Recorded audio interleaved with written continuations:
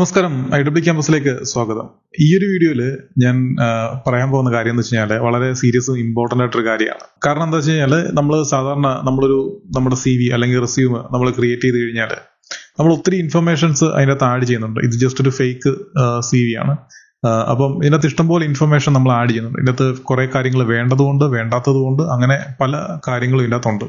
അപ്പം ബേസിക്കലി നമ്മൾ ഇവിടെ നോക്കുന്നത് വെച്ച് കഴിഞ്ഞാൽ എങ്ങനെയാണ് ഒരു പ്രൊഫഷണൽ റെസ്യൂം ക്രിയേറ്റ് ചെയ്യേണ്ടത്, അല്ലെങ്കിൽ എങ്ങനെയാണ് ഒരു പ്രൊഫഷണൽ റെസ്യൂമിൻ്റെ അകത്ത് എന്തോ കണ്ടന്റുകളാണ് വേണ്ടത്, എന്തോ കണ്ടന്റുകൾ ഒരിക്കലും ആഡ് ചെയ്യരുത് എന്നുള്ളതാണ്. എന്തുകൊണ്ട് ഇത് ഇമ്പോർട്ടൻ്റ് എന്ന് പറയുന്നത് വെച്ച് കഴിഞ്ഞാൽ നമ്മളെപ്പോഴും ഗൂഗിളിനെയോ അല്ലെങ്കിൽ മെറ്റയോ അല്ലെങ്കിൽ അങ്ങനെയുള്ള വലിയ കമ്പനികളെയാണ് നമ്മൾ എപ്പോഴും കുറ്റം പറയാറുള്ളത്. നമ്മുടെ ഡേറ്റ ചോർത്തുന്നു, ലീക്ക് ചെയ്യുന്നു എന്നൊക്കെ പറയുന്നത്. ചിന്തിക്കുക, നമ്മൾ ഒരു റെസ്യൂം അയച്ചു കൊടുക്കുമ്പോൾ നമ്മുടെ എത്രത്തോളം പേഴ്സണൽ ഇൻഫർമേഷൻസ് ആണ് ആ ഒരു റെസ്യൂമിൻ്റെ അകത്ത് ഉള്ളത് എന്നുള്ളത് നമ്മൾ തിരിച്ചറിയേണ്ട ഒരു കാര്യമാണ്. കാരണം എന്താ വെച്ച് കഴിഞ്ഞാൽ നമ്മളൊരു ജോലിക്ക് വേണ്ടിയിട്ട് നമ്മൾ പല ആൾക്കാർക്കും റെസ്യൂം അയച്ചു കൊടുക്കും. അതിൽ നമുക്ക് അറിയാവുന്ന ആൾക്കാരുണ്ടാവും, പരിചയമില്ലാത്ത ആൾക്കാരുണ്ടാവും, അങ്ങനെ ഒത്തിരി അധികം ആൾക്കാരുണ്ടാവും. ഇനി ഇത് കൂടാതെ തന്നെ നമ്മൾ ലിങ്ക്ഡിൻ പോലുള്ള അല്ലെങ്കിൽ അങ്ങനെയുള്ള സോഷ്യൽ നെറ്റ്വർക്കുകളിലൊക്കെ അല്ലെങ്കിൽ പ്രൊഫഷണൽ നെറ്റ്വർക്കിലൊക്കെ നമ്മുടെ റെസ്യൂമെ ഷെയർ ചെയ്ത് കൊടുക്കും. അത് എവിടെയൊക്കെ പോകുന്നുണ്ട്, ആർക്കൊക്കെ പോകുന്നുണ്ട് എന്നുള്ള കാര്യത്തിൽ യാതൊരു ധാരണയോ ഐഡിയയോ നമുക്കുണ്ടാവില്ല.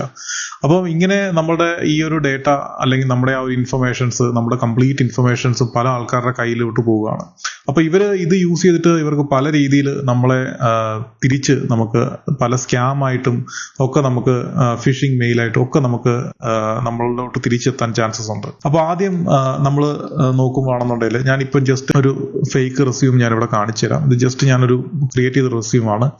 ഇതിനകത്ത് നോക്കേണ്ട കാര്യം എന്ന് വെച്ചാൽ എന്തൊക്കെ ഇൻഫർമേഷൻസ് ആണ് പുറത്ത് അല്ലെങ്കിൽ എക്സ്പോസ് ആകുന്ന ഈ ഒരു റെസ്യൂമ് ഒരു ബാഡ് ആക്ടറിന്റെ കയ്യിൽ കിട്ടിക്കഴിഞ്ഞാൽ അതേപോലെ തന്നെ അവർക്ക് അത് വെച്ചിട്ട് എന്തോ കാര്യങ്ങൾ ചെയ്യാം എന്നുള്ള കാര്യങ്ങളാണ് ഇതിൽ പറയാൻ പോകുന്നത്. ഇത് വെച്ചതിന് ശേഷം ഞാൻ ഡീറ്റെയിൽ ആയിട്ട് എങ്ങനെയാണ് ഒരു പ്രൊഫഷണൽ റെസ്യൂം ക്രിയേറ്റ് ചെയ്യുന്നുള്ള കാര്യവും ഞാനത് പറയാം. സോ ഫസ്റ്റ് ഓഫ് ഓൾ നമ്മൾ ഇവിടെ നോക്കുകയാണെന്നുണ്ടെങ്കിൽ എപ്പോഴും നമ്മൾ സാധാരണ ആഡ് ചെയ്യുന്നത് നമ്മുടെ ഒരു പേഴ്സണൽ ഇമെയിൽ ID ആയിരിക്കും. ഇത് മോസ്റ്റ്ലി നമ്മുടെ ഫേസ്ബുക്കും അല്ലെങ്കിൽ നമ്മുടെ സോഷ്യൽ മീഡിയ അക്കൗണ്ടുകളും ഒക്കെ നമ്മൾ ഈ ഒരു ഇമെയിൽ ID വെച്ചിട്ടായിരിക്കും മാനേജ് ചെയ്യുന്നത്. സോ അങ്ങനെയുള്ള ഒരു ഇമെയിൽ ID ആയിരിക്കും നമ്മൾ മിക്കവാറും ക്രിയേറ്റ് ചെയ്യുന്നത്. അത് ചെയ്യരുത് ഒരിക്കലും. അതേപോലെ തന്നെ നമ്മളുടെ പ്രൊഫഷണൽ സമ്മറിയും കോർ സ്കിൽസും ഒക്കെ നമ്മൾ കറക്റ്റ് നമ്മുടെ എപ്പോഴും ക്രിയേറ്റ് ചെയ്യേണ്ടതെന്ന് വെച്ച് കഴിഞ്ഞാൽ ഏതാണോ ആ ജോബ് ഡിസ്ക്രിപ്ഷൻ, ഓരോ ജോബിന് അപ്ലൈ ചെയ്യുമ്പോഴും അതിൻ്റെതായ ജോബ് ഡിസ്ക്രിപ്ഷൻ. ഇപ്പോൾ IT സപ്പോർട്ട് സ്പെഷ്യലിസ്റ്റ് എന്ന് പറഞ്ഞൊരു ജോബ് നോക്കുകയാണെന്നുണ്ടെങ്കിൽ പല കമ്പനികൾക്കും പല റിക്വയർമെന്റ് ആയിരിക്കും. അപ്പോൾ നമ്മൾ അവരുടെ ആ ഒരു ജോബ് ഡിസ്ക്രിപ്ഷൻ്റെ അകത്ത് കാണുന്ന കീവേഡുകൾ വെച്ചിട്ട് വേണം നമ്മൾ ഈ കോർ സ്കിൽസും കാര്യങ്ങളിനകത്തും ഇടാനായിട്ട്. അപ്പോൾ ഓരോ കമ്പനികൾക്ക് അയക്കുമ്പോഴും അതിൻ്റെ എന്തൊക്കെയാണോ സ്കില്ലുകൾ അതിനകത്ത് പറഞ്ഞേക്കുന്നത് ആ പ്രത്യേകിച്ച് ആ സ്കില്ലിൻ്റെ കീവേഡുകൾ ഇവിടെ ആഡ് ചെയ്യാൻ പ്രത്യേകം നോക്കണം. കാരണം എന്താ വെച്ച് കഴിഞ്ഞാൽ നമ്മളുടെ റെസ്യൂം ആദ്യം കിട്ടുന്നത് ഒരു HR കയ്യിലാണ്. സോ HR എപ്പോഴും ഒരു ടെക്നിക്കൽ പേഴ്സൺ ആയിരിക്കണമെന്നില്ല.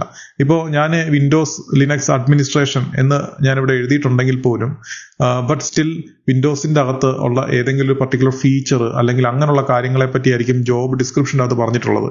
ആ ഒരു കാര്യം ഇതിൻ്റെ അകത്ത് ഇല്ല എന്നുണ്ടെങ്കിൽ ഈ ഒരു റെസ്യൂം സെലക്ട് ആകാൻ ചാൻസസ് വളരെ കുറവാണ്.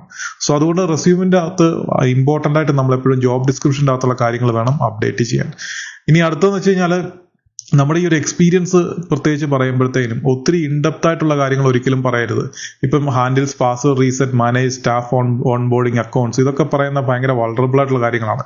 കാരണം എന്താ വെച്ചാൽ നമുക്ക് അത്രയും ഇൻഫർമേഷൻ നമ്മളുടെ കയ്യിലുണ്ട് എന്നുള്ളതാണ് അതിനർത്ഥം. അപ്പം നമ്മളെ ശരിക്കും ആരെങ്കിലും ഒരാൾ ട്രാപ്പ് ചെയ്ത് കഴിഞ്ഞാൽ അവർക്ക് നമ്മളിൽ നിന്ന് തന്നെ ആ കമ്പനിയുടെ, പ്രത്യേകിച്ച് ആ ഒരു കമ്പനി, കാരണം ഇപ്പം പ്രസന്റ്ലി ഞാൻ വർക്ക് ചെയ്യുകയാണ്, സോ ആ ഒരു കമ്പനിയുടെ പല ഇൻഫർമേഷനും അല്ലെങ്കിൽ അതിൻ്റെ അകത്തുള്ള പല കാര്യങ്ങളും എടുക്കാൻ പറ്റും. കാരണം ഈ ഒരു ജോബ് ഡിസ്ക്രിപ്ഷൻ്റെ അകത്ത് ഞാൻ നേരത്തെ വർക്ക് ചെയ്ത കമ്പനിയുടെ ജോബ് ഡിസ്ക്രിപ്ഷൻ്റെ അകത്ത് പറഞ്ഞു കഴിഞ്ഞാൽ ഇതിനകത്ത് പല കാര്യങ്ങളും ചെയ്യാൻ പറ്റും.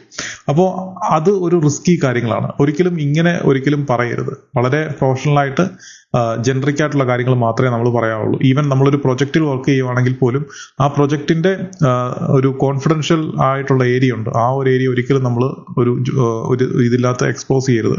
അതേപോലെ തന്നെ ഞാനിപ്പം പ്രത്യേകിച്ച് ഡെവലപ്പറായിട്ടൊക്കെ വർക്ക് ചെയ്യുവാണെന്നുണ്ടെങ്കിൽ ഒരിക്കലും ഞാൻ റെപ്പോസിറ്ററികളോ ഒരിക്കലും റെസ്യൂമിൽ ആഡ് ചെയ്യുക പോലും ചെയ്യരുത്. അപ്പം അതൊക്കെ നമ്മൾ എപ്പോഴും ശ്രദ്ധിക്കേണ്ട കാര്യങ്ങളാണ്. പിന്നുള്ള റെഫറൻസ് ആണ്. ആരുടെയും റെഫറൻസ് ഒരിക്കലും ഇങ്ങനെ കൊടുക്കരുത്. കാരണം ഇതൊക്കെ നമ്മൾ ആ കമ്പനിയുടെ തന്നെ ആൾക്കാരുടെ കോൺടാക്ട് ഡീറ്റെയിൽസും പേഴ്സണൽ നമ്പറും ഒക്കെ നമ്മൾ ചിലപ്പോൾ ഒരുപക്ഷെ ഈ രീതിയിൽ എക്സ്പോസ് ചെയ്യും. ഇതൊരിക്കലും നമ്മൾ ചെയ്യരുത്. റെഫറൻസ് എന്ന് പറഞ്ഞു കഴിഞ്ഞാൽ ഇവിടെ അപ്പോൺ റിക്വസ്റ്റ് എന്ന് പറഞ്ഞ് കൊടുത്താൽ മാത്രം മതി. എല്ലാ കമ്പനികളും ഇത് അക്സെപ്റ്റ് ചെയ്യും. അപ്പം അവർക്ക് ഈ ഒരു റെഫറൻസ് വേണമെന്നുണ്ടെങ്കിൽ നമ്മളോട് ചോദിച്ചതിന് ശേഷം നമ്മൾ ആ റെഫറൻസ് കൊടുക്കുന്നു. അപ്പോൾ ഉറപ്പായിട്ടും നമ്മൾ ഈ കൊടുക്കുന്ന ആൾക്കാരെയും കൂടെ വിളിച്ച് പറയണം, ഇതുപോലെ ഒരു കമ്പനിയിൽ നിന്ന് വരുന്നുണ്ട്. കാരണം ഇതൊക്കെ പേപ്പർ ഇട്ടതിന് ശേഷമായിരിക്കും അവർ വിളിക്കത്തുള്ളൂ, അല്ലാതെ ഒരിക്കലും വിളിക്കില്ല. അതിട്ടതിന് ശേഷം ഇവരോട് പറയാം ഇങ്ങനൊരു ഇത് വരും, അല്ലെങ്കിൽ നമ്മൾ റിസൈൻ ചെയ്ത് നമ്മൾ കംപ്ലീറ്റ്ലി ആ കമ്പനിയിൽ നിന്ന് ഇറങ്ങിയതിന് ശേഷമായിരിക്കും ചിലപ്പം ഇങ്ങനൊരു മോസ്റ്റ്ലി ബാക്ക്ഗ്രൗണ്ട് വെരിഫിക്കേഷൻ്റെ ഒക്കെ സമയത്തായിരിക്കും അവർ വിളിക്കുന്നത്. സോ അന്നേരം ഇവരോട് പറയുവാണെന്നുണ്ടെങ്കിൽ അവർ അത് റെസ്പോണ്ട് ചെയ്യുകയൊക്കെ ചെയ്യും. പാര വെക്കുന്ന ആൾക്കാരുടെ നമ്പറൊന്നും ഒരിക്കലും കൊടുക്കരുത്, അവർ പാര വെച്ച് തകർത്തു തരും. അതുകൊണ്ട് അങ്ങനെ കൊടുക്കില്ല. നമ്മൾക്ക് ഫേവറായിട്ടുള്ള അല്ലെങ്കിൽ നമ്മളെ സപ്പോർട്ട് ചെയ്യാൻ ഹെൽപ്പ് ചെയ്യാൻ താല്പര്യമുള്ള ആൾക്കാരുടെ ഇത് മാത്രം കൊടുക്കുക. അത് കഴിഞ്ഞതിന് ശേഷം നമ്മൾ നോക്കുകയാണെന്നുണ്ടെങ്കിൽ നമ്മൾ ഈ ഡേറ്റ് അല്ലെങ്കിൽ ഈ ഒരു എക്സാക്ട് ഡേറ്റോ അങ്ങനെയുള്ള കാര്യങ്ങളൊന്നും എപ്പം ജോയിൻ ചെയ്തു എന്നുള്ള കാര്യങ്ങളൊന്നും കൊടുക്കരുത്. അപ്രോക്സിമേറ്റ്ലി മന്ത് അല്ലെങ്കിൽ ഇയർ വരെ കൊടുക്കുന്നതിൽ കുഴപ്പമൊന്നുമില്ല. അതുപോലെ തന്നെ കമ്പനിയുടെ പേരും അങ്ങനെയുള്ള ആ ഡീറ്റെയിൽസും ഇമ്പോർട്ടൻ്റ്ലി നമുക്ക് വേണം. അതുപോലെ ഒരിക്കലും ഇതേപോലെ തന്നെ ഇൻഡെപ്ത് ആയിട്ട് ഇടല്, അതായത് ബാക്കപ്പ് സെർവർ, ബാക്കപ്പിന്റെ സെർവറൊക്കെ എക്സ്റ്റേണൽ സ്റ്റോറേജിലൊക്കെ എടുത്തു വെക്കുന്നു, അല്ലെങ്കിൽ എക്സൽ ഫയൽ, പാസ്വേഡിന്റെ ഒക്കെ എക്സൽ ഫയൽ ഞാനാണ് മാനേജ് ചെയ്യുന്നത്, ഇങ്ങനൊന്നും ഒരിക്കലും ഇടരുത്. പിന്നെ നമ്മൾ എഡ്യൂക്കേഷന്റെ സൈഡിലോട്ട് വരുവാണെന്നുണ്ടെങ്കിൽ ഒരിക്കലും നമ്മൾ ഈ റോൾ നമ്പറോ അല്ലെങ്കിൽ ഈ GPA ഒന്നും വലിയ ഇമ്പോർട്ടൻസ് ഒന്നും ഇല്ല. കാരണം എന്താ വെച്ച് കഴിഞ്ഞാൽ ഇതൊക്കെ നമുക്ക് നമ്മളുടെ എഡ്യൂക്കേഷൻ നമ്മൾ വൺസ് അവരുടെ ഓഫറൊക്കെ അക്സെപ്റ്റ് ചെയ്തതിന് ശേഷം നമ്മൾ അവിടെ ആ കമ്പനിയിൽ ജോയിൻ ചെയ്യാൻ നേരത്ത് എന്താണേലും അവരുടെ വലിയൊരു ഫോം ഉണ്ടായിരിക്കും. ആ ഫോം ഫുള്ള് നമ്മൾ ഫില്ല് ചെയ്ത് കൊടുക്കണം. അതിൻ്റെ അകത്ത് ഈ കാര്യങ്ങളെല്ലാം അവർ ഡീറ്റെയിൽ ആയിട്ട് തന്നെ ചോദിക്കുന്നുണ്ട്. അതിൽ ഫില്ല് ചെയ്ത് കൊടുത്താൽ മതി. നമ്മൾ ഒരിക്കലും റെസ്യൂമിൻ്റെ അകത്ത് ഇടേണ്ട ആവശ്യം വരുന്നില്ല. അങ്ങനെ പല പേഴ്സണൽ കാര്യങ്ങളും നമുക്ക് ആ ഫോമിൽ തന്നെ കൊടുക്കാവുന്ന കാര്യങ്ങളേ ഉള്ളൂ. അപ്പം അങ്ങനെയുള്ള കാര്യങ്ങളൊക്കെ അവിടെ കൊടുത്താൽ മതി. പ്രത്യേകിച്ച് ഈ യൂണിവേഴ്സിറ്റി റോൾ നമ്പറോ ഇങ്ങനെയുള്ള കാര്യങ്ങളൊന്നും കൊടുക്കല്ലേ. ഇനി അടുത്ത് വോളണ്ടിയർ ആയിട്ട് നമ്മൾ എന്തെങ്കിലും കാര്യങ്ങൾ ചെയ്യുന്നുണ്ടെങ്കിൽ പ്രത്യേകം നമ്മൾ ശ്രദ്ധിക്കുക. ഒരിടത്ത് നമ്മൾ ഏതെങ്കിലും ഒരു ഇങ്ങനെയുള്ള ഫേസ്ബുക്ക് ഗ്രൂപ്പിന്റെയോ പേജിന്റെയോ ഒന്നും അഡ്മിനാണ് അല്ലെങ്കിൽ അങ്ങനെയുള്ള കാര്യങ്ങളൊന്നും പറയരുത്. അഥവാ പറയുവാണെങ്കിൽ തന്നെ അത് ഇങ്ങനൊരു റെസ്യൂമിൻ്റെ അകത്തിട്ട് പറയരുത്. അല്ലെ നമ്മൾ കമ്പനിയിൽ HR നമ്മൾ സംസാരിക്കുമ്പോൾ അവരോട് പറയാം, അവിടെ നമ്മൾ ഡിസ്ക്ലോസ് ചെയ്യാം നമ്മൾ ഇങ്ങനെയുള്ള കാര്യങ്ങൾ ചെയ്യുന്നുണ്ടോ എന്നുള്ളത് നമുക്ക് പറയുന്നതിൽ തെറ്റില്ല. അങ്ങനെ പറയുകയും വേണം. ഇൻ കേസ് നമ്മൾ അങ്ങനെയുള്ള വോളണ്ടിയർ വർക്ക് ചെയ്യുന്നുണ്ട് എന്നുണ്ടെങ്കിൽ. യൂട്യൂബ് ചാനലൊക്കെ നമ്മൾ നടത്തുന്നുണ്ടെങ്കിൽ അതും നമ്മൾ കമ്പനിയിൽ ജോയിൻ ചെയ്യുന്ന സമയത്ത് തന്നെ പറയണം, ഇങ്ങനൊരു സംഭവം ഞാൻ ചെയ്യുന്നുണ്ട്. അല്ലെങ്കിൽ പിന്നീട് അത് പ്രശ്നമായി കഴിഞ്ഞാൽ അത് വീണ്ടും പല കോംപ്ലിക്കേഷനിലോട്ട് പോകും. അതുകൊണ്ട് അത് നേരത്തെ പറയുന്നതായിരിക്കും നല്ലത്. പക്ഷെ ഒരിക്കലും നമ്മൾ ഇങ്ങനെയുള്ള കാര്യങ്ങൾ, ഈ രീതിയിലുള്ള കാര്യങ്ങൾ ഇടല്ല. കാരണം ഇത് രണ്ടാമത് വേറൊരു കാര്യമുണ്ട്, ഇത് ഒരിക്കലും റിലവൻറ്റും അല്ല നമ്മുടെ ഈ ഒരു വർക്ക് അല്ലെങ്കിൽ ഈ ഒരു പ്രൊഫഷൻ എന്നുള്ള രീതിയിൽ. അപ്പം അതും അതിൻ്റെ ആവശ്യം അവിടെ വരുന്നില്ല. നമ്മൾ വോളണ്ടറി ആയിട്ട് ചെയ്യുകയാണെന്നുണ്ടെങ്കിൽ നമ്മളിപ്പോൾ ഏതെങ്കിലും ഒരു സൊസൈറ്റി അല്ലെങ്കിൽ കമ്മ്യൂണിറ്റി, നമ്മുടെ ടെക് ബേസ്ഡുള്ള അല്ലെങ്കിൽ നമ്മുടെ ആ ഫീൽഡ് റിലേറ്റഡ് ആയിട്ടുള്ള ഏതെങ്കിലും NGOs ആയിട്ടൊക്കെ വർക്ക് ചെയ്യുന്നു, ഇങ്ങനെയുള്ള കാര്യങ്ങളൊക്കെയാണ് നമ്മൾ അവിടെ ഇടേണ്ടത്. അതുപോലെ തന്നെ നെയ്ബേഴ്സിന്റെ ഒക്കെ പാസ്വേഡും അങ്ങനെയുള്ള പ്രശ്നങ്ങളൊക്കെ നമ്മൾ സോൾവ് ചെയ്യുന്നു, ഇങ്ങനെയുള്ള കാര്യങ്ങളൊക്കെ ഇറിലവൻ്റ് ആണ്. ഇത് ഇടുകയും ചെയ്യരുത്. ഇട്ട് കഴിഞ്ഞാൽ ഈ പറഞ്ഞ പോലെ ഏതെങ്കിലും ഒരു ആളിനെ കിട്ടിക്കഴിഞ്ഞാൽ അവർക്കറിയാം നമ്മളെ പിടിച്ചു കഴിഞ്ഞാൽ ആ ഒരു സൊസൈറ്റിയിലുള്ള കംപ്ലീറ്റ് ആൾക്കാരുടെയും വൈഫൈയും അല്ലെങ്കിൽ ഇങ്ങനെയുള്ള കാര്യങ്ങളൊക്കെ എടുക്കാനും അല്ലെങ്കിൽ ഹാക്ക് ചെയ്യാനും ഒക്കെ എളുപ്പമാണ്. അപ്പം അങ്ങനെയുള്ള രീതിയിലോട്ട് പോകരുത്. പിന്നെ ഹോബീസ് ഇടുകയാണെന്നുണ്ടെങ്കിൽ നമ്മൾ ജനറലി നമുക്ക് ചില കമ്പനികൾ ഹോബീസ് വേണമെന്നില്ല, നിർബന്ധമില്ല. ശരിക്കും ഹോബീസ് ഒരു ഓപ്ഷണലാണ്, നമ്മൾ അതിട്ടേണ്ട ആവശ്യമില്ല. നമ്മൾ ഇട്ടില്ലെങ്കിൽ ചിലപ്പോൾ ഇന്റർവ്യൂവിന് ചിലപ്പോൾ ചോദിച്ചെന്നിരിക്കും എന്തൊക്കെയാണ് ഹോബീസ് എന്നുള്ളത്. അത് ജസ്റ്റ് ഒന്ന് ആക്ടിവിറ്റീസ് എന്തൊക്കെയാണെന്ന് അറിയാൻ വേണ്ടിയും ആളിനെ ഒന്ന് കൃത്യമായിട്ടൊന്ന് മനസ്സിലാക്കാൻ വേണ്ടിയിട്ടാണ് ഹോബീസ് ചോദിക്കുന്നത്. അപ്പം അങ്ങനെയൊക്കെയാണെന്നുണ്ടെങ്കിൽ നമുക്ക് പറയാൻ പറ്റും. അല്ലാതെ ഈ ഞാനൊരു ഇൻസ്റ്റാഗ്രാം ഇൻഫ്ലുവൻസറാണ്, ട്രാവൽ, ഫുഡ് ഇങ്ങനെയുള്ള കാര്യങ്ങളും സ്ഥിരം അപ്ഡേറ്റുകളും ഒക്കെ ഉണ്ടെന്നുണ്ടെങ്കിൽ അവർ ആദ്യം ചിന്തിക്കുന്നൊരു കാര്യം ഈ ആളിനെ ജോലിക്ക് കിട്ടുമോ അല്ലെങ്കിൽ ഫുള്ള് ട്രാവലും ഫുഡിന്റെ പുറകെ ആയിരിക്കുമോ എന്നുള്ള രീതിയിലായിരിക്കും ചിന്തിക്കുക. അപ്പൊ അങ്ങനെയുള്ള കാര്യങ്ങൾ ഹോബീസിൽ ആഡ് ചെയ്യാതിരിക്കുക. പിന്നെ ഈ സർട്ടിഫിക്കേഷനൊക്കെ ഇടുമ്പോൾ ഇതിന്റെയൊക്കെ സർട്ടിഫിക്കേഷന്റെ ID ഉണ്ട്, അല്ലെങ്കിൽ സർട്ടിഫിക്കറ്റ് ID അല്ലെങ്കിൽ നമ്പർ, അങ്ങനെയുള്ള കാര്യങ്ങളുണ്ട്. അതൊന്നും നമ്മൾ ഇടേണ്ട ആവശ്യമില്ല. പിന്നെ ടെക്നിക്കൽ സ്കിൽസ് നമുക്ക് എന്തൊക്കെയാണോ അത് നമ്മൾ കാറ്റഗറി വൈസിൽ ഇടുക. അതുപോലെ തന്നെ ലാംഗ്വേജസ് എന്തൊക്കെ അറിയാം എന്നുള്ളത് ഇടുക. ഇനി പേഴ്സണൽ ഡീറ്റെയിൽസിലോട് വരുമ്പോഴാണ് ഇമ്പോർട്ടൻ്റ് ആയിട്ടുള്ള കാര്യം ഡേറ്റ് ഓഫ് ബർത്ത്, അതുപോലെ ഫാദേഴ്സ് നെയിം, നമ്മളുടെ ഇത് മാരീഡ് ആണോ അല്ലെങ്കിൽ സിംഗിൾ ആണോ എന്നുള്ള കാര്യങ്ങൾ, ബ്ലഡ് ഗ്രൂപ്പ്, അതുപോലെ നമ്മുടെ full address, pan number, Aadhaar, passport, ഇങ്ങനെയുള്ള കാര്യങ്ങളൊന്നും ഇവിടെ കൊടുക്കേണ്ട ആവശ്യമില്ല. അപ്പം എന്തൊക്കെയാണ് കൊടുക്കേണ്ടത് എന്തൊക്കെ കൊടുക്കരുത് എന്നുള്ളതിന്റെ ഒരു ലിസ്റ്റ് ഞാനിപ്പോൾ പറയാം. സോ ഈ പേഴ്സണൽ ഇൻഫർമേഷൻ ഈ 10 നിങ്ങൾ ഒരിക്കലും നമ്മുടെ റെസ്യൂമിൽ കൊടുക്കേണ്ട ആവശ്യമില്ല. ഒന്ന്, ഫുൾ ഹോം അഡ്രസ്സ് ഒരിക്കലും കൊടുക്കണ്ട. ജസ്റ്റ് ഈ ഒരു ഹോം അഡ്രസ്സിന് പകരം നമുക്ക് നമ്മുടെ ആ ലൊക്കേഷൻ അല്ലെ സിറ്റി ഇത് മാത്രം മെൻഷൻ ചെയ്താൽ മതി. രണ്ടാമത്, passport number, Aadhaar, government ID ഇങ്ങനെയുള്ളതിന്റെ ഒന്നും നമ്പേഴ്സ് നമ്മൾ കൊടുക്കേണ്ട ആവശ്യമില്ല. ഇത് അഥവാ നമുക്കിപ്പോൾ ഒരു എക്സാമ്പിൾ, എനിക്കിപ്പോൾ US വിസ ഉണ്ട് എന്നുണ്ടെന്നുണ്ടെങ്കിൽ നമുക്ക് അവിടെ US വിസ എന്ന് കൊടുത്തതിന് ശേഷം അതിന്റെ ആ ഒരു വാലിഡിറ്റി ഇത്ര നാള് എന്ന് പറഞ്ഞു കൊടുത്താൽ മതി. വാലിഡ് ടിൽ എന്ന് പറഞ്ഞു വിസ നമ്പർ ഒരിക്കലും കൊടുക്കരുത്. അപ്പോൾ അങ്ങനെയുള്ള ഇൻഫർമേഷൻ മാത്രം, വളരെ ലിമിറ്റഡ് ആയിട്ടുള്ള ഇൻഫർമേഷൻ മാത്രം കൊടുത്താൽ മതി. അതേപോലെ തന്നെ ഡേറ്റ് ഓഫ് ബർത്ത് ഒരിക്കലും കൊടുക്കില്ല. കാരണം എന്താ വെച്ചാൽ നമ്മൾ പല KYC കാര്യങ്ങൾക്കൊക്കെ ഈ ഡേറ്റ് ഓഫ് ബർത്ത് ആവശ്യമുണ്ട്. ഇപ്പോൾ എനിക്ക് ഏതെങ്കിലും ടെലികോമിലോ അല്ലെങ്കിൽ ബാങ്കിലൊക്കെ വിളിച്ച് എന്തെങ്കിലും ഇൻഫർമേഷൻ അറിയണമെന്നുണ്ടെങ്കിൽ അവർ ചോദിക്കാവുന്ന ചോദ്യങ്ങളിൽ വൺ ഓഫ് ദ ക്വസ്റ്റ്യൻ ആണ് ഡേറ്റ് ഓഫ് ബർത്ത്. അപ്പോൾ ഇത് വേറൊരാൾക്ക് അറിയാമെന്നുണ്ടെങ്കിൽ എൻ്റെ ഈ വീട്ടിലുള്ള ആൾക്ക് ഫാദേഴ്സിൻ്റെയും അങ്ങനെയുള്ള കാര്യങ്ങളൊക്കെ അവർക്ക് ഈ പെർമനന്റ് അഡ്രസ്സും ഇതൊക്കെ അറിയാമെന്നുണ്ടെങ്കിൽ അവർക്ക് KYC ഈസി ആയിട്ട് എനിക്ക് വേണ്ടി ചെയ്യാൻ പറ്റും. അങ്ങനെ ചെയ്ത് കഴിഞ്ഞാൽ തന്നെ നമുക്കറിയാം എന്തായിരിക്കും സംഭവിക്കാൻ പോകുന്നത്.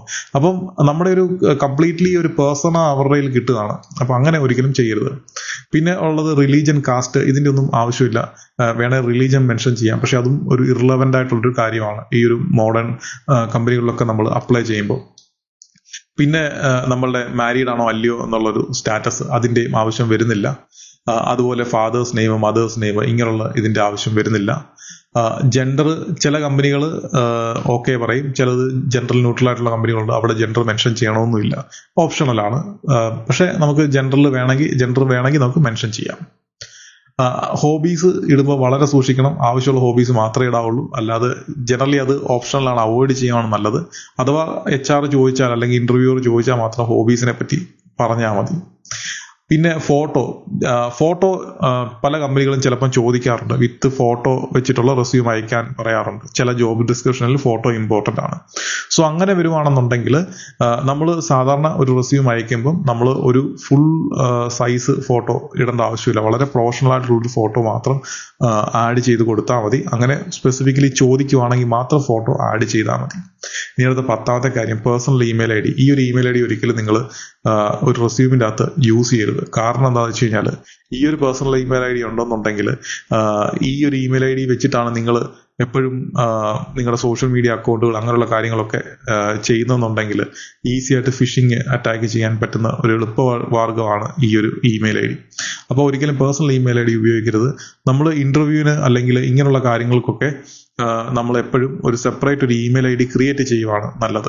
ആ ഒരു ഇമെയിൽ IDക്കകത്തുനിന്ന് വേണം നമ്മൾ ജോബ് അപ്ലൈ ചെയ്യാനും ജോബ് റിലേറ്റഡ് ഉള്ള കാര്യങ്ങളും അങ്ങനെയുള്ള കാര്യങ്ങളെല്ലാം ആ ഒരു ഇമെയിൽ ID തന്നെ എപ്പോഴും യൂസ് ചെയ്യുന്നതായിരിക്കും നല്ലത്.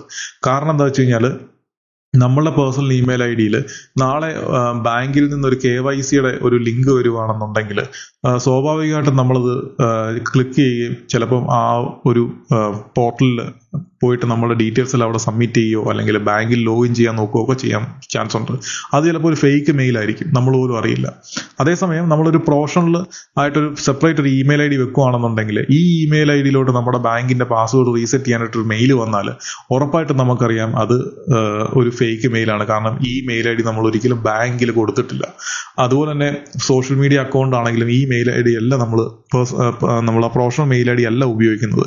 സോ അതുകൊണ്ട് തന്നെ അതിൽ ഒരു ഫേസ്ബുക്കിന്റെയോ അല്ലെങ്കിൽ ലിങ്ക്ഡിന്റെയോ ഒക്കെ പാസ്വേഡ് റീസെറ്റ് ചെയ്യാനൊക്കെ ഉള്ള മെയിൽ വന്നാലും നമുക്കത് മൈൻഡ് ചെയ്യേണ്ട ആവശ്യമില്ല. നമുക്കറിയാം അത് ഫേക്ക് മെയിൽ ആണെന്നുള്ളത്.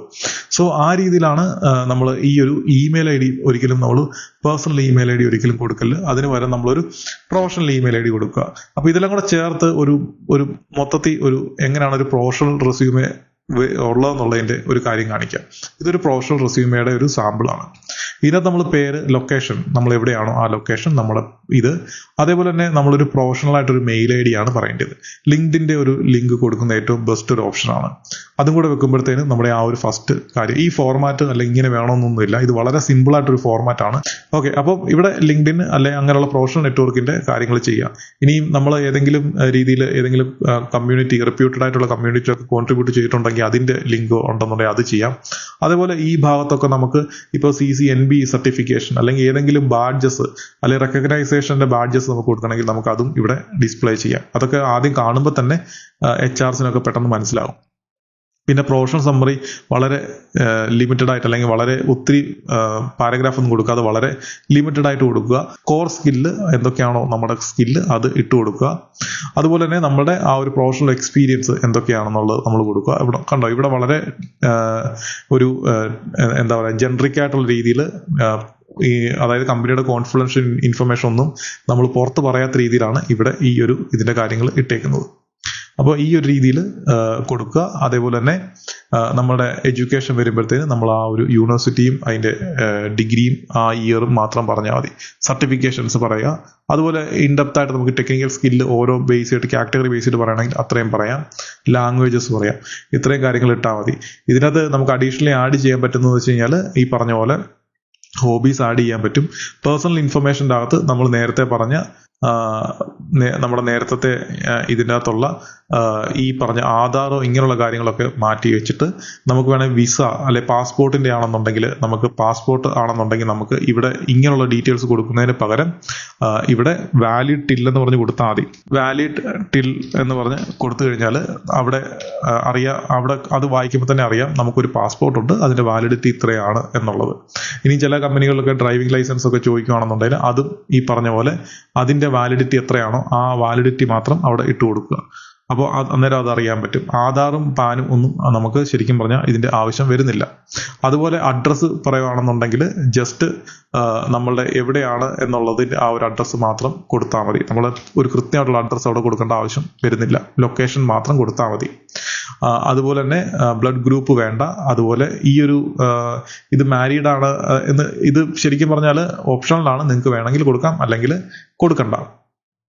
ഫാദേഴ്സ് നെയിമും അതുപോലെ ഡേറ്റ് ഓഫ് ബർത്തും കൊടുക്കണ്ട. അതിന് പകരം നമ്മൾ ഡേറ്റ് ഓഫ് ബർത്തിന് പകരം വേണമെങ്കിൽ നമുക്ക് ഇയർ ഓഫ് ബർത്ത് വേണമെങ്കിൽ കൊടുക്കാൻ പറ്റും.